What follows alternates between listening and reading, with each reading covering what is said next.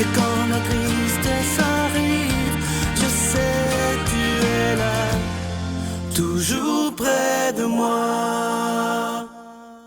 Bon lundi en cette période de Noël. J'espère que vous avez passé une excellente fin de semaine et qu'on se prépare à vivre une semaine. Je sais qu'elle sera très chargée pour beaucoup d'entre vous, moi aussi d'ailleurs, mais on va prendre le temps aujourd'hui de, comme à tous les matins, de prendre au moins notre 15 minutes de réflexion avec la parole de Dieu.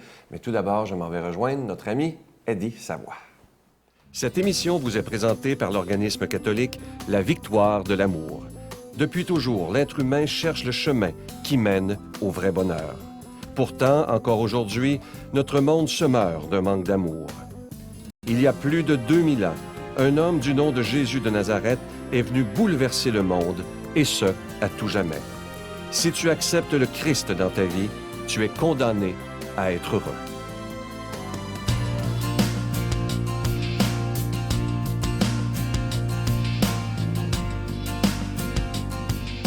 Je suis accompagné de M. Eddie Savoie. M. Savoie, bonjour.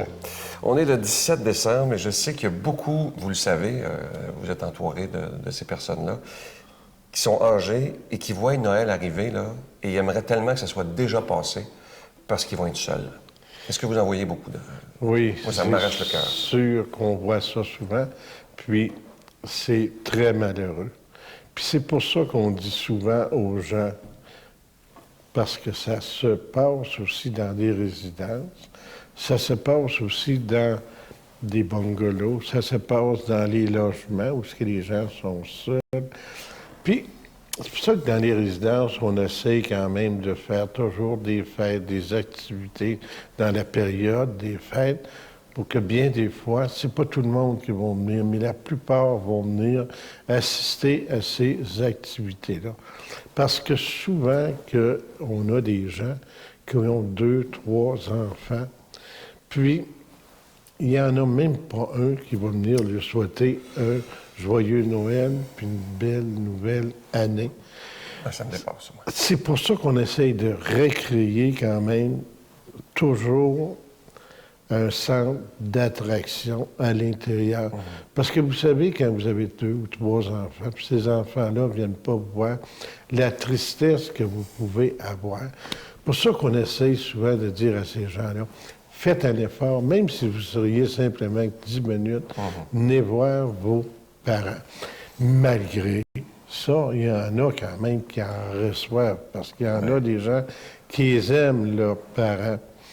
Puis, on le dit toujours aux gens du bel âge. Essayez de vous regrouper, de rester dans des endroits où est-ce qu'il y a des gens qui ont vécu la même chose que vous autres. Fait que quand il arrive le temps des fêtes, mais vous vous êtes fait des amis, puis vous pouvez fraterniser avec ces gens-là. Parce que la solitude, pour quelqu'un qui est âgé, ça doit être épouvantable. C'est épouvantable.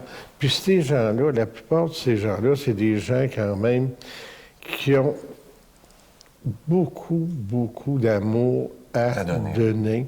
Puis il faut que ça sorte à un moment donné. Puis la plupart de ces gens-là, c'est des gens qui sont croyants. Fait qu'imaginez-vous quand même, quand ils se réveillent la journée de Noël, puis qu'il n'y a même pas personne qui sont venus les voir. C'est incroyable. Ah, merci, M. Savoie. Ça m'arrache le cœur, ces choses-là. Bonne journée. Notre Père qui es aux cieux, que ton nom soit sanctifié, que ton règne vienne, que ta volonté soit faite sur la terre comme au ciel. Donne-nous aujourd'hui notre pain de ce jour. Pardonne-nous nos offenses, comme nous pardonnons aussi à ceux qui nous ont offensés. Et ne nous soumets pas à la tentation, mais délivre-nous du mal, car c'est à toi qu'appartiennent le règne, la puissance et la gloire, pour les siècles des siècles. Amen. Je prends quelques instants pour solliciter votre aide pour le ministère de la Victoire de l'amour. Ça fera bientôt 18 ans, imaginez, que ce ministère existe grâce à chacun et chacune d'entre vous. Et moi, je veux prendre le temps de vous remercier de tout cœur pour votre prière soutenue. C'est vraiment ce qui est de plus important. Mais évidemment, je dois vous parler d'argent parce qu'on doit payer pour être à la télévision. Mais ce qui est beau, c'est que on est là 7 jours par semaine. Imaginez le privilège que nous avons de pouvoir annoncer la parole de l'Évangile par la télévision. Et ça rejoint des centaines de milliers de personnes. Je vous rappelle rappelle que le cadeau du mois avec un don de 25 $ et plus, c'est ce beau pendentif. La chaîne vient avec cette fois-ci. Il est déjà béni et au bout de la chaîne, c'est une belle petite clé. Et cette clé, c'est comme si on disait au Seigneur, c'est toi qui as la clé de mon cœur et cette clé, je te la donne. Je veux être tout à toi, Seigneur Jésus. Alors, c'est un beau symbole de porter cette clé. Je vous rappelle qu'elle est déjà bénie. Et si vous en voulez deux, c'est avec un don de 40 $. Et je vous rappelle que vous recevrez un reçu pour fin d'impôt. Moi, je vous demande, si c'est possible pour vous, de faire un don cette semaine, une offrande spéciale de Noël. Alors, je vous donne l'adresse, la Victoire de l'Amour, casier postal 120, succursale Boucherville à Boucherville, le J4B 5E6, je vous la redonne, la Victoire de l'Amour, casier postal 120, succursale Boucherville à Boucherville, le J4B 5E6, par téléphone, par carte de crédit dans le 514-523-4433, 523-4433 ou sans frais, le 1-888-811-9291, 1-888-811-9291 et aussi sur notre site Internet, le www.lavictoiredelamour.org. Merci de tout cœur de votre prière, mais aussi de votre grande générosité.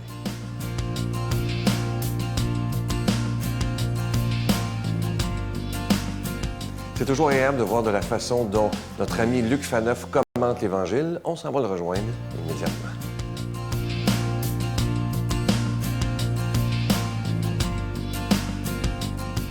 Bonjour, et oui, nous sommes à 2 semaines de Noël. Alors, c'est vraiment le temps de, d'intensifier notre prière. Et nous le faisons ce matin en écoutant cet évangile selon saint Matthieu. Savez-vous que la passion pour la généalogie est vieille comme le monde? Même Matthieu, et oui, le premier, l'évangéliste, en a fait lui-même la promotion. Nous allons voir dans quelle intention. Écoutons l'évangile qui est un peu rébarbatif, et vous allez voir, sa signification est assez profonde. Voici la table des origines de Jésus-Christ, fils de David, fils d'Abraham. Abraham engendra Isaac, Isaac engendra Jacob. Jacob engendra Judas et ses frères. Judas, de son union avec Tamar, engendra Pharès et Zara. Pharès engendra Esrom. Esrom engendra Aram. Aram engendra Aminadab. Aminadab engendra Naasson. Naasson engendra Salmone. Salmone, de son union avec Rahab, engendra Boz. Boz, de son union avec Ruth, engendra Jobed. Jobed engendra Jessé. Jessé engendra le roi David. David, de son union avec la femme d'Urias, engendra Salomon. Salomon engendra Roboam. Roboam engendra Abia. Abia engendra Asa. Asa engendra Josaphat. Josaphat engendra Joram. Joram engendra Osias. Osias engendra Joatam. Joatam engendra Akaz. Akaz engendra Ézéchias. Ézéchias engendra Manassé. Manassé engendra Amon. Amon engendra Josias. Josias engendra Jéconias et ses frères à l'époque de l'exil à Babylone. Après l'exil à Babylone, Jéconias engendra Salatiel. Salatiel engendra Zorobabel. Zorobabel engendra Abiud. Abiud engendra Eliakim. Eliakim engendra Azor. Azor engendra Zadok. Zadok engendra Hakim. Hakim engendra Eliud.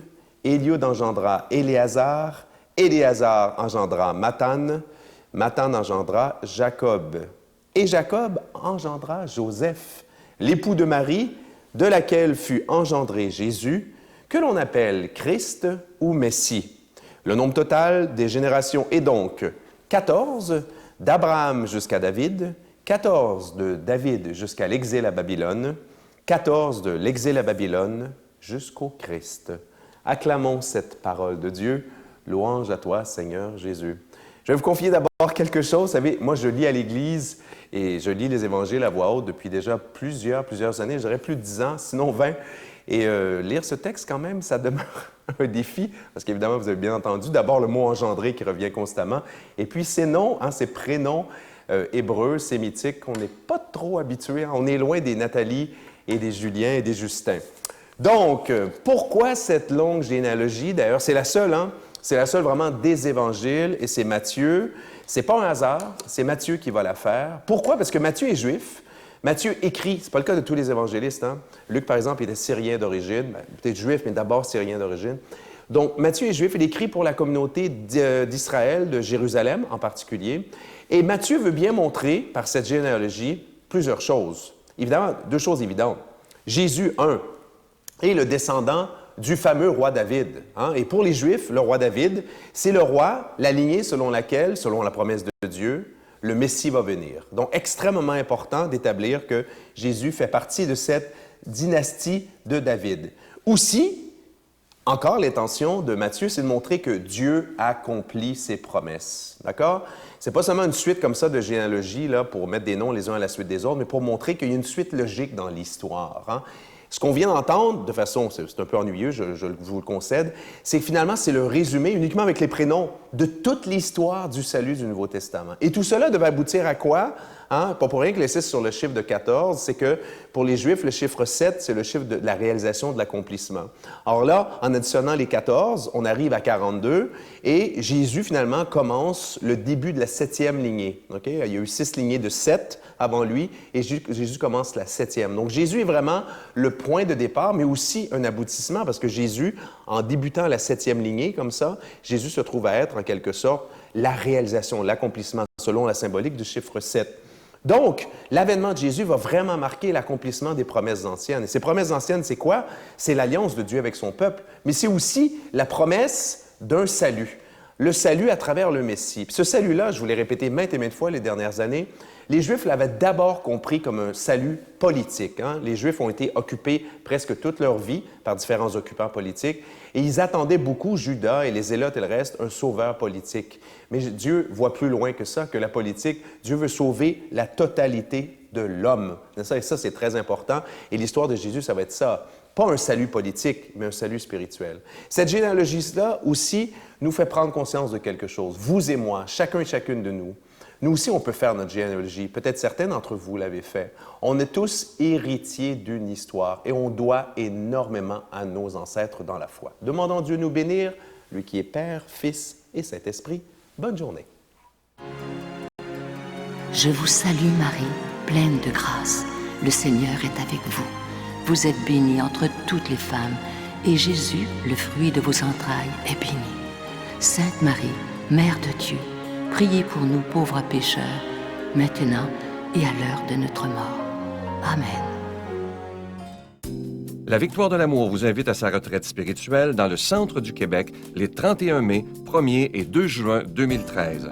Sous le thème « Si tu savais le don de Dieu », venez vivre des moments de ressourcement inoubliables en compagnie de l'abbé Robert Jolicoeur, l'abbé Robert Lemire, Dolly Desmitreaux, Sœur Angèle, Miguel Padilla et moi-même. À l'hôtel et suite Le Dauphin de Drummondville, réservé rapidement avec voyage intermission dans le 514-288-6077, 288-6077 ou sans frais le 1-800-465-3255, 1-800-465-3255. Venez vivre une fin de semaine exceptiellelle remplie d'amour, de joie et de paix. Vous avez sûrement déjà entendu ça dans votre vie. Ah, je ne dirais pas la vérité pour ne pas y faire de peine. Écoutez bien ce qu'un grand auteur, Paulo Coelho, c'est un grand auteur, a déjà dit un jour, c'est très, très beau. Faire pleurer quelqu'un en lui disant la vérité est mieux que de le faire sourire en lui racontant un mensonge. On pourrait réfléchir à ça. Aujourd'hui, souvent, on dit « Ah, je ne veux pas y faire de peine », mais c'est souvent mieux de dire la vérité à quelqu'un parce que parfois, la vérité, même si elle nous fait mal, nous permet d'avancer et de grandir sur le chemin de l'amour. Je veux vous souhaiter la plus belle des journées et on continue à se préparer à Noël. À demain. Bye bye. On a prié. J'ai dit, oublie pas que le Seigneur au ciel nous a dit que ce que tu demandes à ton Père au ciel, il va te le donner si tu crois en moi. Alors, je suis la voix, c'est ça, et la lumière. La Victoire de l'amour remercie de tout cœur les Résidences Soleil de leur accueil si chaleureux.